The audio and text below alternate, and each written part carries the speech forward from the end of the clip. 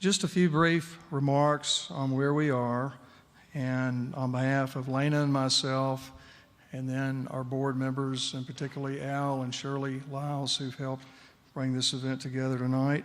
I want to say thank you. We are so grateful to you for participating in all the ways that you do, and I see some new friends and some old friends and folks that have been with us a long time, and I can't look at you without thinking of one or two that have passed on. So we are grateful for them as well. Our tradition is a very ancient one. The Jacob's Ladder story in Genesis 28 is an ancient dream. I'm not going to read that to you, but I am going to share a couple of words from a younger prophet named Isaiah, and these words are taken from Isaiah chapter 58, and they're meant as encouragement to anyone that's involved in inner city urban ministry. And so Isaiah says, "And the Lord will guide you continually and satisfy your desire in scorched places and make your bones strong. And you shall be like a watered garden, like a spring of water whose waters do not fail. And your ancient ruins shall be rebuilt. You shall raise up the foundations of many generations. You shall be called the repairer of the breach, the restorer of streets to dwell in." The word of God for the people of God. So Isaiah the prophet, some 2,500 years ago, already hungered and thirsted after righteousness, rebuilding the ancient ruins, that is justice. Repairing the breach, that is righteousness. Restoring the streets, that sounds like revitalization to me. Isaiah had already chartered his own community development corporation, had properly registered it with the IRS and other federal authorities, and his may have been the very first CDC ever, setting a pattern for all others to follow. So what Jacob's Ladder is trying to do with all of its many friends in a limited sort of way is follow the pathway that this ancient prophet set. Isaiah was convinced that God was in the restoration business, that everyone couldn't just move out to the suburbs, and foresaw a day when God himself would walk on this earth and begin to restore the streets in person. So we've been at this task since 2004, and we can agree from experience and with Isaiah that God will guide you. God's promise does not mean that you will be exempt from scorch marks, or that you are now on easy street, or that you will not be criticized. Don't forget that Isaiah, as the first CDC director, was covered with scorch marks. His encouragement, "The Lord will guide you," had been tested. It came from experience. If you can endure, you'll be like a watered garden, like a spring of water whose waters do not fail. So in the Beltline, God has been busy watering some scorched places. Health and healing and well-watered gardens is our ultimate objective that drives us. And it begins with an aggressive program to deal with blight and crime. So since 2006, the Beltline has experienced an 80% drop in crime. We've demolished 40 vacant, abandoned structures, all kinds of unpardonable and unimaginable activities going on in those. And we've also started a little mini business to keep the momentum up. Accountability has been added to this recipe up and down the ladder. So in the original vision of Jacob's Ladder, you have angels ascending and descending. Well, we believe in accountability from both ends. So code holds us accountable, and we hold code accountable. And together we hold the community accountable. And the police department has gotten in on this as well. Hallelujah. They've added an unbelievably significant and professional presence to what we're doing, and they do the heavy lifting where we do not need to be involved. And all of this I would entitle as sort of an aggressive TLC, tender loving care, for a community that hasn't had a lot of that. When we're out on a lawnmower, there's about 4 blades on that lawnmower. The first one is to cut grass. But the next one, when we go to cut 100 lots over a 2-week span, is to meet our neighbors, hear their problems, hear their celebrations, hear their joys and concerns. And then we're not just cutting the grass, but we're also keeping an eye on crime.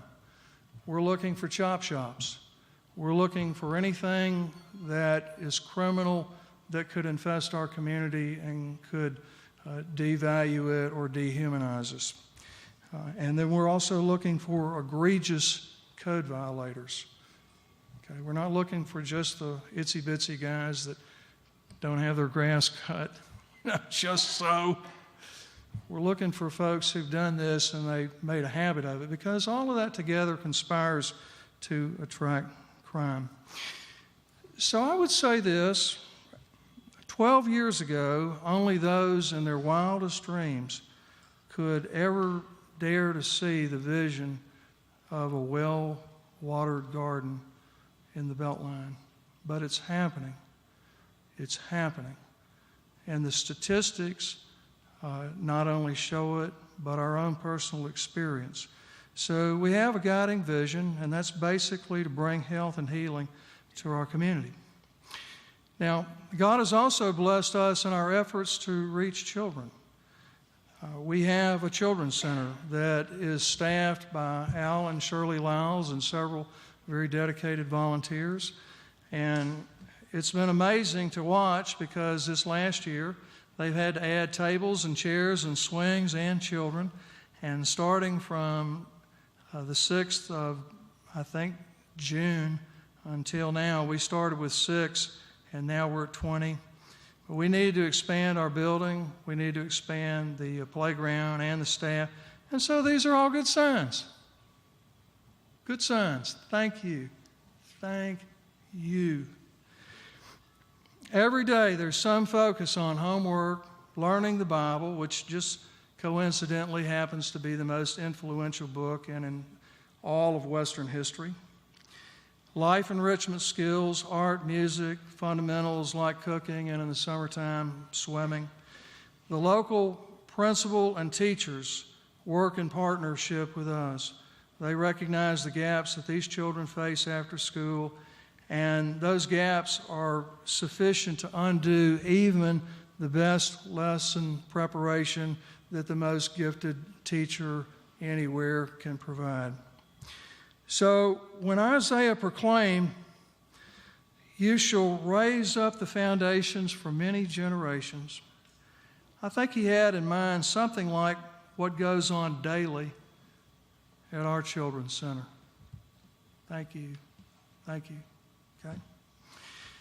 And then finally, we have another very, very important part of our program, which is housing. We not only demolish houses, but we also, when we find houses that we can rebuild, we do that, and we make them affordable. And our volunteer team has been at the core of Jacob's Ladder almost every Wednesday for 12 years, and we have all kinds of amazing stories that we joke and tell about every time that we come together. Some of us are actually growing old, pounding nails, and getting scorch marks and staples in our fingers.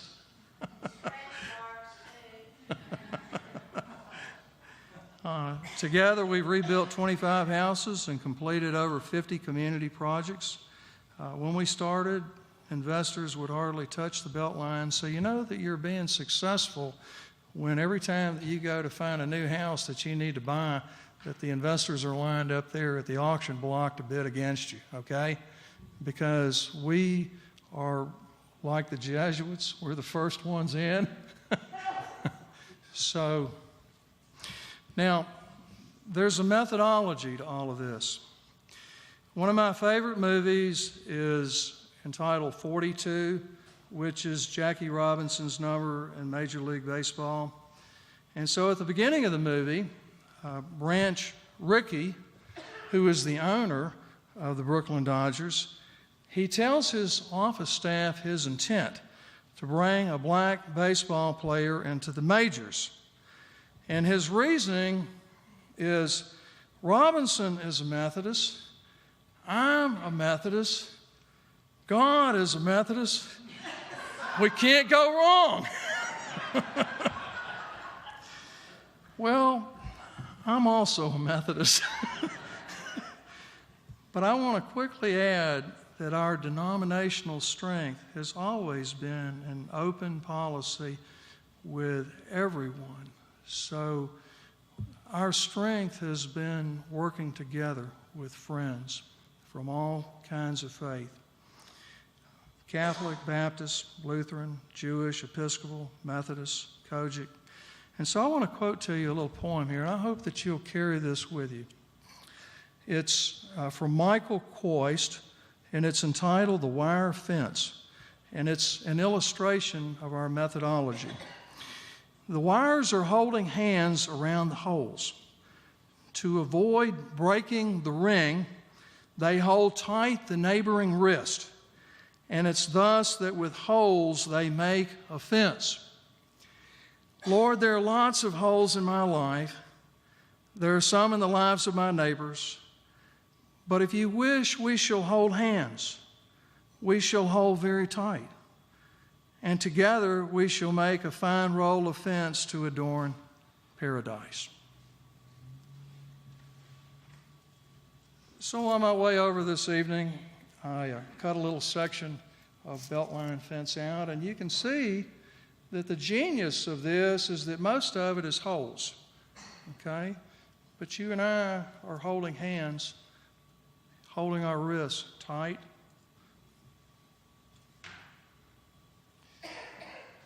Some of our neighbors here today are well versed in holding wrists very tight.